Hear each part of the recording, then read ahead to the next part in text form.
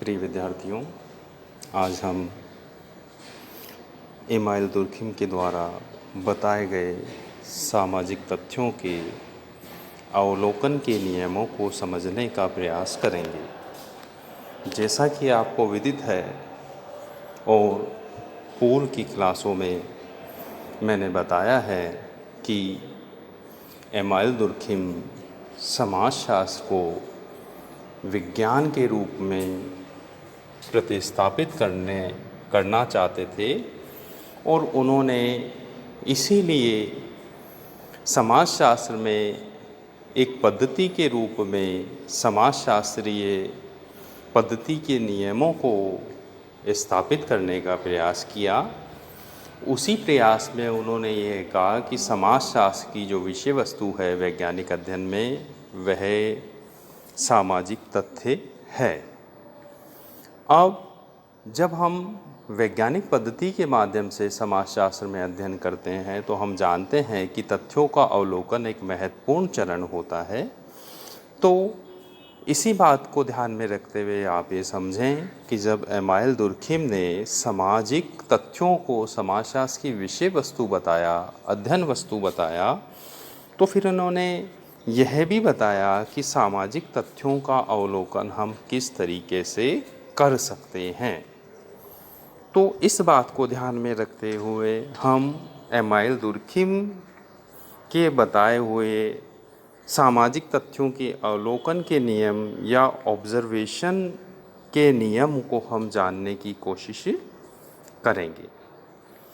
Durkheim ने यह कहा कि सामाजिक तथ्यों की व्याख्या के लिए वैज्ञानिक पद्धति का प्रयोग होना चाहिए और वैज्ञानिक पद्धति में जिस तरीके से अवलोकन किया जाता है, यानी निष्पक्ष और तटस्थ होकर जब हम तथ्यों का अवलोकन करते हैं तो ही हम उसे वैज्ञानिक अवलोकन कह सकते हैं।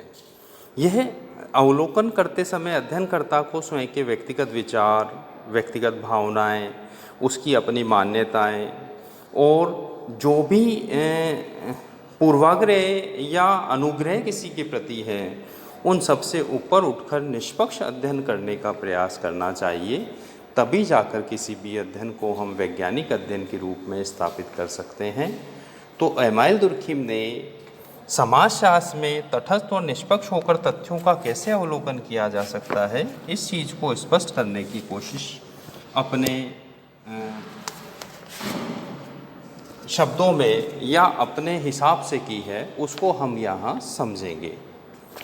दुर्खिम ने तथ्यों का अवलोकन का जो पहला नियम बताया वह ये बताया कि हमें सामाजिक तथ्यों को वस्तुओं के रूप में समझना चाहिए, यानी consider social fact as things. हमें सामाजिक तथ्यों को वस्तु मानना चाहिए। देखिए, वस्तु मानने में यहाँ क्या कठिनाई है या वस्तु किस तरीके से माना जा सकता है, किन सावधानियों के साथ तथ्यों को वस्तु मान सकते हैं, इसको हम समझेंगे।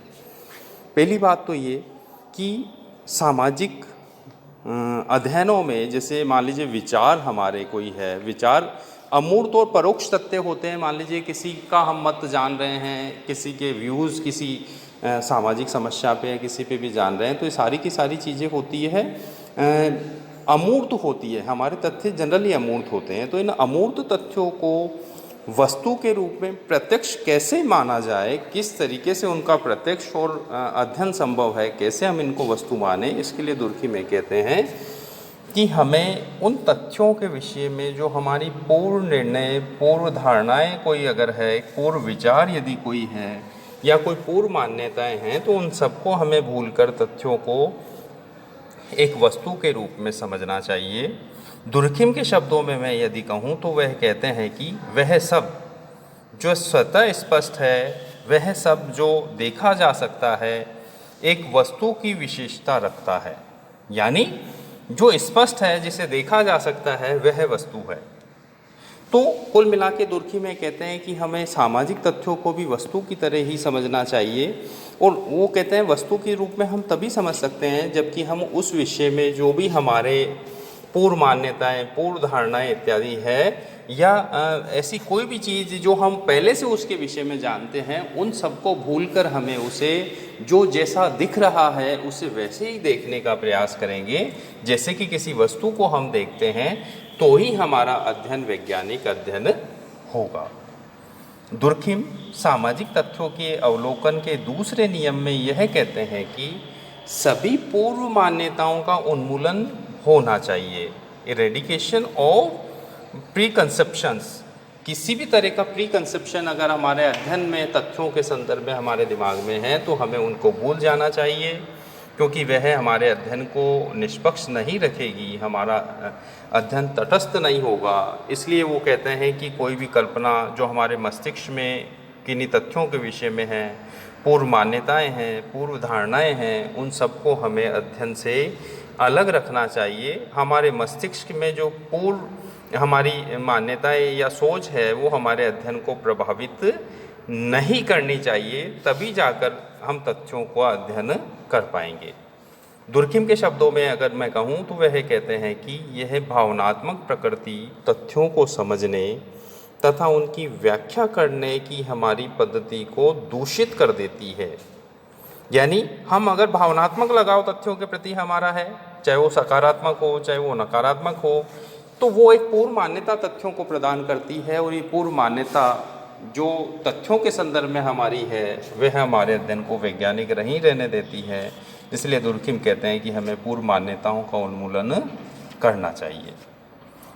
तो इसी तरह दुर्खिम तथ्यों के अवलोकन का तीसरा नियम यह बताते हैं कि विषय वस्तु की परिभाषा दिया जाना आवश्यक है। तथ्यों में जिस विषय वस्तु यानी जो सब्जेक्ट मैटर जिसका हम अध्ययन कर रहे हैं उसको परिभाषित किया जाना बेहद आवश्यक होता है।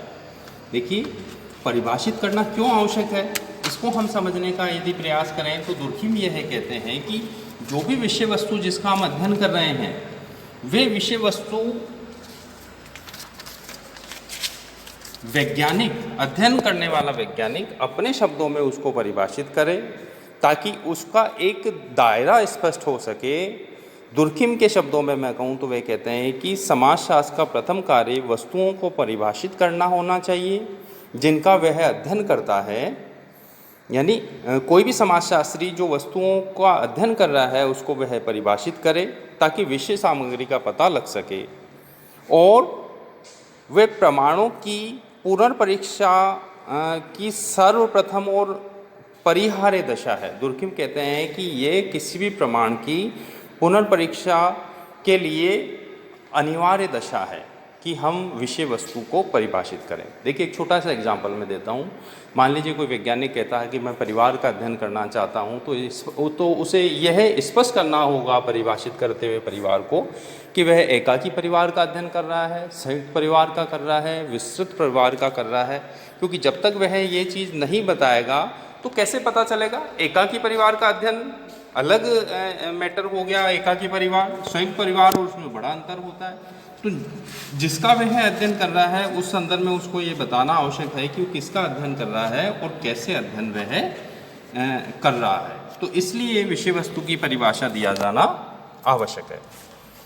दुर्खिम ने तथ्यों के अवलोकन का जो आखिरी नियम बताया है वह है कि व्यक्तिगत तथ्यों को सामाजिक तथ्यों से पृथक किया जाए, यानी separation of individual and social facts.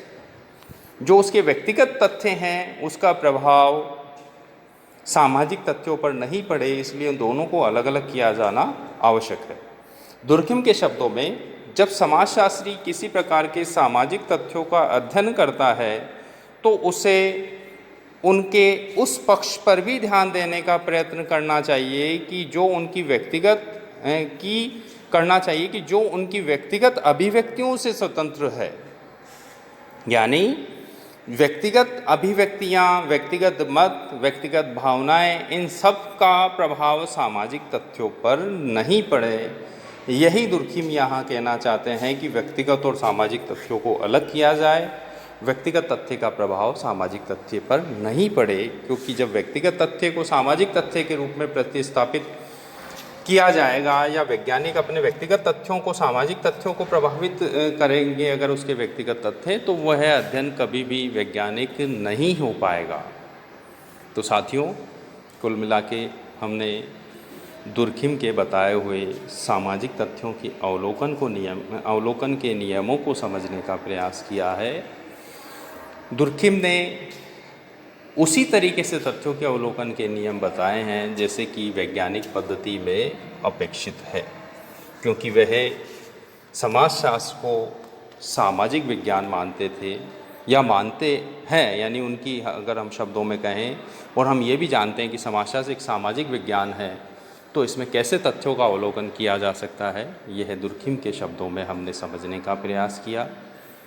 आप एक बार इस वीडियो को सुने, उसके बाद जो टेक्स्ट आपके पास अवेलेबल है और उसमें आप इस तथ्यों को दोबारा से पढ़ें, दुर्खिम के अवलोकन के नियम को।